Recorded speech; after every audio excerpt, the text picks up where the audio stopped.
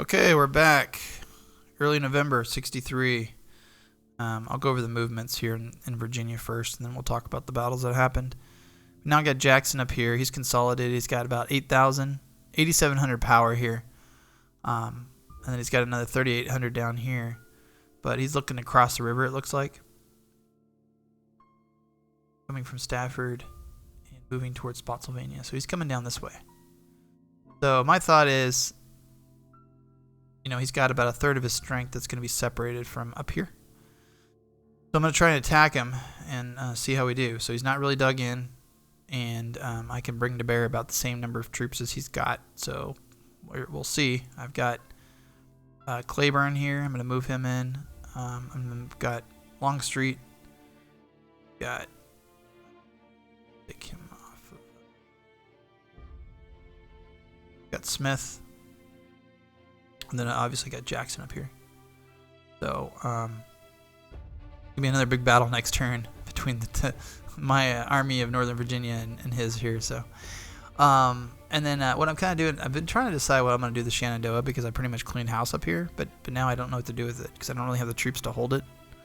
But I hate to give it back to him because then I'll be right back in the same conundrum I was earlier in the year. So I'm kind of using Mosby to go back and forth and lollygag around and try and get military control over things so I can get a little bit more victory points per turn. But we'll see. I was able to push him out of here with Stuart, but I'm not gonna be able to hold it against him. So I'm gonna just kind of blue, and then if he crosses over, that's fine. I'll pull out after the battle up here. I'll swing back around and attack him down here at Fredericksburg. But this should be a pretty big battle here next turn. So what happened out here in Virginia? So we Wallace was trying to get away. So he was green. He did get away. He got back across the river, but suffered some more casualties than I did. But I still got 2,500 casualties, which is crazy to me. One corps versus, well, it looks like one corps.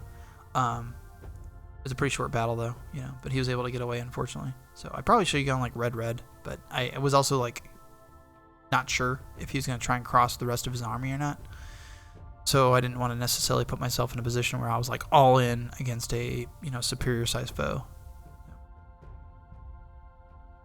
But Wallace was able to get across the river and back and join up with either McDowell or go back to McDowell.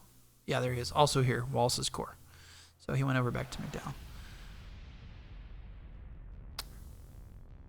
It looks like he took Berry's corps and took him out of McClellan's and combined him into McDowell's army.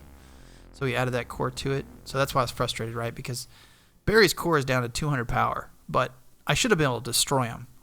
He shouldn't have been able to get out of there. But he was, so it is what it is, I suppose. And then there was no battle here, which is kind of weird, right? He was already here. I'm here. We're not fighting. So, but I'm going to attack him, damn it. We're going to do it. Trying to be aggressive. Not stupid aggressive, smart aggressive. He's got, again, a third of his force down here. So long as he doesn't move it back to Manassas and he doesn't get back here before this battle, I should be able to fight him with a third of his, army missing. That's the hope, anyways. All right, tearing up the rail line in Western Virginia. Nothing too exciting up there. We did have another battle down in Tennessee against Lyon, which I'll talk to you in a moment. The little bastard took Knoxville. I have a supply depot there with, I want to say, a lot of supply. I had a lot of supply until he took it. That hurts because, as you know, supply can be hard for the Confederacy. Still doing pretty well in the interior here. But, that supply from Knoxville is being pushed down Chattanooga. So I'm going to try and take it back before he burns both of them. So I'm moving these guys there, and then from the other direction I'm sending Morgan in. So I think between the two of them, I should be able to sandwich him and get him before he gets a chance to get out of there. And hopefully at least conserve at least one of those depots. I'm trying to build up strength here on the other side of the river here in Chattanooga because I have a size 4 depot here, and he's getting a little close to me. Now, we did attack him. We had him isolated from the rest of his army, but frustratingly, we did not inflict as many casualties as wanted, which you notice that's a theme right now, is that multiple times now I've had him where I want him. I attack him whether it's red or orange or whatever, and I can't nail him down and just wallop him. I don't know why. Very confused. Maybe someone could comment and say, hey, you need more cavalry or whatever. I don't know what it is, but he's able to get away way too often. So that's this battle right here. So 71,000 troops. He had 57,000, which is interesting. 57,000. Does he have two corps here? No, Howard's normally a corps commander, although he might have him as a division commander here. 3-day battle. 3-hour battle, whatever. Huh. Anyways. Yeah, so he had about 58. I had 71. The casualties were about even. I lost 400 more troops. He didn't really have much entrenchment, though. So again, like he didn't have much entrenchment. I had more troops. I have better generals. I have pretty good troops, actually, in this army. And I had more troops. And yet, casualties are about even. Pretty frustrating. But I've got him isolated. He lost 42, so now he's down to, what, 53,000? Big whoop. I mean, it's a big-ass freaking army for a single corps. I don't know how he has that many troops for 3 divisions. It just doesn't add up to me. But anyways, so now he's down here. He's isolated. So my hope is I can kind of cut him off supply-wise. He's only got, 2 pack trains. So I'll keep an eye on this. I am going to keep Beauregard here. I'm going to move Forney back. So I'll have this nice little... Eventually I'm going to have a nice little triangle of these 3 corps. Moving him back across here, though, because I don't want him to get sandwiched between these 2 and get attacked. Because, he's got a pretty large force up here under Buell. So I'm going to move him back. So if he wants to get Lion out of there, so be it. But otherwise I'm going to attack him again. And I'm just going to keep trying to attack him until he's either free or I'm able to just really... inflict some pretty significant casualties on him. He is now besieging Nashville, which is fine. That was expected. I am now moving this guy, which I kind of like had him up here originally. I had Winder up here to put in this fort and then, have him shoot at, ships that went by. But I think it's going to be more important to have him down here because if I were him and I wanted to make a move on, the Mississippi or, western Tennessee and then, move down into Mississippi, as illustrated here. So western Tennessee and then Mississippi down here. I would either go for Fort Donelson and then cross over into Fort Henry, this area here, or instead of attacking the corps that's here, just land right here, south of that corps and then attack, or make a move on the rail line, right? So the hope is putting this division here will like decrease the likelihood that he can do that. Because I'm more concerned about him getting my rear while I've still got Johnson and Paducah up here than if he landed up here near Paducah, right? At least then I can just make the decision on whether to attack or kind of pull back. That's the plan. I don't know why it does that. These guys are still building. The militia that were built, or the infantry that were built up here last turn, were done, so I moved them down. Moved them out to get trained up. Still training up troops in Memphis. It's going pretty well. These are the guys that I trained up this turn. So as you can see, these guys are now, it says volunteers, but they're actually line infantry. Same thing here. Now they're all line infantry. I think this might have been like one conscript in line infantry and then cavalry. Now they're, both line infantry. Kind of consolidating all my stuff down here. He's now making a move down south towards Dallas. So I think, like I said, the last turn, he's just going to keep pushing south and taking over stuff if I let him. So I'm going to move around, try and take this area up here, mainly just to kind of let him know that, hey, like, you keep pushing south, you're going to get yourself cut off. But then also, too, to kind of start getting this stuff back. But if he doesn't pull back, that's fine, because I'm putting a lot of stuff here to deal with it. So it won't be a threat for I think, too much longer. At least I don't anticipate it being a threat for too much longer. He's got this brig down here, and he's trying to, I don't know if he's trying to get intel on New Orleans or not, but it ain't going to happen. So I'm going to attack him with my ships. I'm putting him here just in case he tries to move up in here. That way the only places he can retreat are either next to my forts with artillery or up into this other ship, and then hopefully I can sink his ass. About it. To report at the moment in terms of disposition, battles, and that sort of thing. Yeah, that's what he's got there. When he took Knoxville, he's just got a bunch of militia guys, mounted infantry. Annoying. All right, not building a whole lot in terms of war production. Mostly just replacement stuff. So line infantry, as you can see, we're just bleeding troops right now. It's getting really bad. Militia, cavalry. Gonna get even worse next turn too, because we're about to have another major battle. So I'm gonna probably spend December and January just trying to get as much into my replacements as possible to get myself in a position for spring. For probably when there's gonna be a lot more battling going on in the spring. All right, so I wasn't able to put anything in river pool or rail pool because I'm out of money. And then, oops, sorry.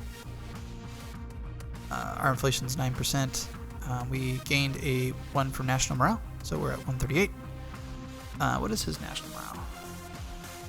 Still 92, so it's just irritating. It's like, dude, it's almost 64, and you as the Union haven't really taken back much of the Union from the Confederates, and yet your national morale is 92. Like, whatever. But I digress. I don't feel strongly about it at all. He's going to be frustrated, though, next game when I'm playing the Union and I pull the same crap where I just kind of take my sweet time, and he's going to be like, what the hell, man? You got all this national morale, you're not doing anything. I'm like, yeah, dude. Welcome to the club. All right, let's go to the next turn. This next turn is going to be pretty impressive, I think. It's going to be it's going to be intense. It could go either way. It could be a major victory for us, or we could really get hurt. So let's see. All right, things got really nasty this turn, so we're gonna go over it. First and foremost, like up here in up in Virginia, I'm not sure. Let me move Gilbert down here.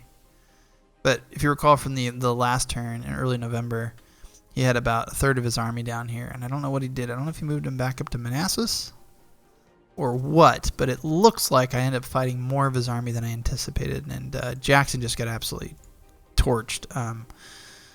Forrest lost half of his division. Early lost a little bit, and then Hood didn't do too bad. He kept most of his force intact, but half of that division got destroyed, so I'm gonna have to rebuild that pretty quick. And then all my supplies gone too. So I think as far as we're running low on ammo. Current stock's 160, use 104, so we have enough ammo for one more battle. But I'm gonna try and get out of there. So moving them out, green. Let's go over the battle. Clark. It's Clark. Yeah, so there's 2 days of battle. So go over the first one. Okay, so we had 110,000. I only had 62.5, so my full army did not make it into the fray. It doesn't look like Claiborne's corps made it. There's 6 rounds. That's intense. This is a pretty major battle, so let's go over it. Even though the casualties are about 8,000 and 8,000, which if you look at historically in the Civil War, would be construed as probably a more of a like maybe a Bull Run type battle. I don't know. Nah, Bull Run didn't even have these casualties. I forget what the casualties were for Shiloh. I think Shiloh was like 20,000.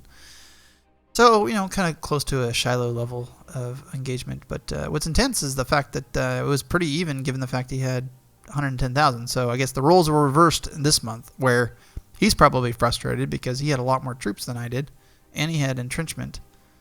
Well, only 48% though, so not really. And he wasn't able to really schwack me. So first round, we got, this is Jackson's corps, so this is up there, up here where Jackson's at. So he's the first corps to engage. We inflict 50, he inflicts 43. So it's right now it's basically corps versus corps, 3 divisions versus 3 divisions. So pretty even. He's got Buford, which is Buford's pretty good. So 3 attack, 3 defense. So we got 3 defense and then 2 crappy division commanders. So I should have been able to inflict more than that, right? Because I got a 6 attack under Forrest.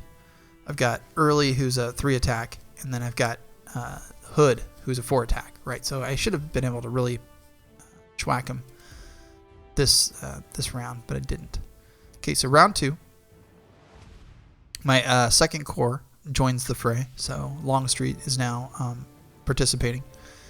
He gets, looks like 2 of his corps, so now it's like 2 corps versus 3 corps. Looks like he was able to get 2 more corps involved there.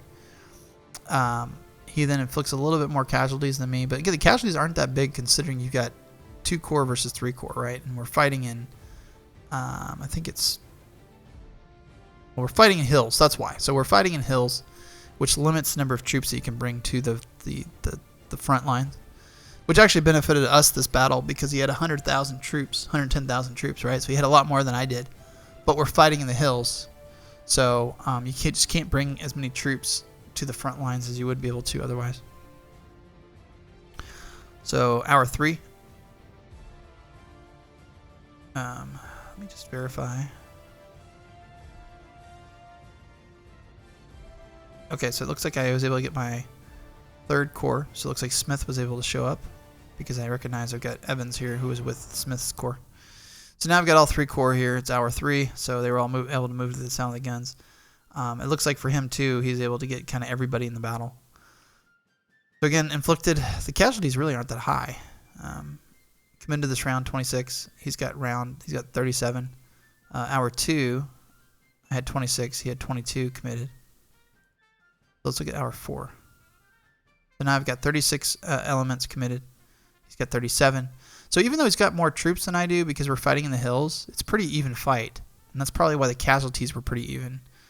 Because he's only able to basically equal the amount of troops that I'm putting on the front, even though he's a lot more troops overall. So that's a good kind of, because look, he's got 301 elements total. I've got 276. But yet he's only able to commit 37. We got 39. The inflicted casualties really aren't that high, considering the number of troops that are involved in this battle. Again, 37, 36, right? So he's got 300 elements. I got 276. And then finally, the last hour here. 36, 37, 300, 276. So the last hour was pretty heavy fighting. That was probably the assault phase. That's why. So really close quarter fighting. So I inflicted 217. He inflicted 239. All right. So that was. It looks like it's started to rain too.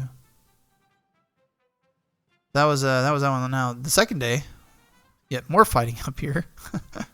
So there was even more fighting. Now I was able to bring more troops to bear here. So now I got 80,000 troops. So my entire army was able to fight this one. And then he had a little bit less this battle than he did last one, but he still has the numerical advantage. And he lost 7,200 and I lost 97. So if you take it in the grand scheme of things and look at this as like a 2-day battle, kind of similar to Shiloh, for example, there were pretty significant casualties. I mean, you're looking at about 24,000 casualties between the 2 days of battle, right? Because you're looking at I'll go through the total casualties here after I go over this battle here, but let's go over this. So this was another 6 hours. So we had 12 hours of battle total. So again, Jackson's corps is going up against 2 of his corps now. Okay, he inflicts a little bit more casualties on us, but he's only got 9 elements committed. We have 8, so again, pretty even. I commit 36. He commits 37. You're going to see this can be a theme for every hour. Is that it's going to be pretty even though he's got more troops than I do. So this is a really good lesson. This video and this battle is a really good lesson in terms of terrain and how terrain can really benefit you or stymie you. Fighting in hills or mountains is going to really affect the amount of troops that you're going to be able to commit to a particular battle. 31, 28, again, not very high casualties. He was only get 22 elements that round. I had 36. But notwithstanding that, I wasn't able to inflict that many casualties. He still got more on me, which is interesting. 36, 37. He inflicted twice as many casualties on me that round. About even here for hour 5. And then finally, hour 6. Alright, so Forrest just ran out of ammo. Then they were exhausted because looks like he was like the brunt of everything. If you look at the casualties, he lost like half his freaking division. And then the final hour battle, the assault phase, he still inflicted more on me. but pretty heavy casualties. So, all right. So if we're talking about total casualties inflicted, you've got let's see here. I don't think it like gives you like a total, right? It doesn't. So you got 9,778 plus 2102 plus 10. All right, so we suffered 11,890 at that one. And you've got his casualties. So altogether, there was 20,600 casualties just for this one battle here, and that doesn't include the previous battle. So can I pull this one too?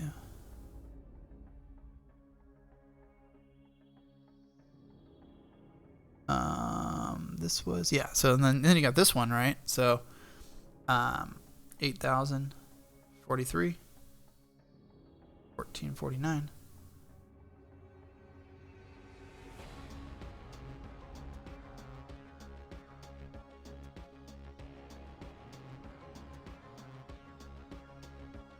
That's another 19,600. So you're talking about pretty much close to Gettysburg-like levels in terms of the casualties for this particular battle, the Battle of Clark, Virginia. So you're about 40,000 troops were lost in the 2 days battle up here. So that's pretty cool in the sense that we finally got a Civil War-sized battle. You know, late '63 of all times. And it was kind of brought on by both of us. I mean, I attacked first, but it looks like he attacked me too. Okay, so we also had a battle over in Tennessee. So I am pulling Jackson out of there. Hopefully I get him out of there. Moving Longstreet back over here to Fredericksburg. And just kind of reposition myself the way I was before I started this whole campaign. Probably what I'll do once I'm situated again, I will just go over briefly in the next video. Really I guess you call it the 1863 campaign in Virginia by Lee, you know, because we never quite made it up into Maryland, but we definitely did a lot of movement in Northern Virginia for sure. And I'll go over that probably next video once everything's kind of calmed down. The little bastard was able to burn both of my depots here in Knoxville, so that's incredibly frustrating and pisses me off. But we're going to chase him down, try and kill him, so I'm going to push Morgan that way and then box him in. He has now moved east. He's now in this mountainous area in this harsh weather. So I don't know if he's going to be able to get out of there, to be honest with you. I don't know where he's going to go. But we were able to attack him. I was surprised he didn't actually move north along the rail line. Although perhaps he may not have been able to because it's harsh weather. I don't know. But notice he took Nashville. And now he's moving south. So he's got Buell who's moving south. That's fine. I'm going to move him across the river. And then, you know, if he wants to attack me across the river, by all means. But I'm blue, so hopefully I'll be out of there, you know, sooner rather than later. And then I'm holding here because I want to hold this line with Beauregard, but then I got Forney, who I'm going to move south and hold this rail line. I'm a little concerned he's going to try and jump across the river, even though it's harsh weather. I'm not sure if he's able to get across here right now, but you know, I got the size 4 depot here, so if he needs supply and he wants to survive, if I were him, I'd be going after this depot. So I'm going to move Polk, who is 2 divisions. He's a brigade, or he's a corps under Johnson. I'm going to move him over here across the river. I'm guessing I can get here before he can. It is 10 days, but I'm going to try and get here before he does. And if he does get across here, I feel like 2 divisions against, you know, relatively beat up corps that is suffering probably some attrition at this point could probably give him a run for his money, and if not, push him out, at least weaken him even further, you know. And so I can probably hold on to that depot. But he is pushing south pretty aggressively. I'm going to move Winder kind of up here to where Polk was at, because I'm kind of vacating the spot temporarily. And then as far as the far west is concerned, I'm still consolidating troops here. He's now pushed down, took Dallas. I wasn't able to actually get up here with Van Dorn. I wonder if I can promote him yet. I want to promote him because then I can promote some of my other generals without suffering attrition. But I'm going to move him back down and then get everything consolidated and go after him over here. That's about it. That's about all to report. Pretty eventful, though, in terms of the Virginia campaign. A lot going on over there. In terms of builds, I am just... I'm hurting. Let me look at this. 898 to replace this. So I put 5 here. I'm probably going to lose those 2 elites next turn because I need 160. Hurting in cavalry. I'm just hurting across the board, so I'm going to have to spend some time here the next couple of months rebuilding all this. I lost... I mean, we bled troops that turn. If you look at it, we're now at 160. He's at 177. That one battle was 40,000 troops. So if you think about it, we're almost in 64, and I've lost 160 total. And in that one battle, I lost like 21,000. So pretty big battle. He's now finally he's finally got more victory points than I do per turn. I'm getting 43. He's getting 52. That's, I think, because Nashville fell. And then as far as national morale is concerned, I lost a fair amount that turn, but I'm still at 132. Right, so not too bad. But he is up to 99, so he's almost to 100. Which, again, it just boggles my mind. It's like, okay, yeah, he's making progress, but in the real Civil War, I mean, the Union was all the way down to Memphis in 62. You know? So, and threatening Richmond. So, anyways. Okay, with that, we're going to run the turn, and I will be back.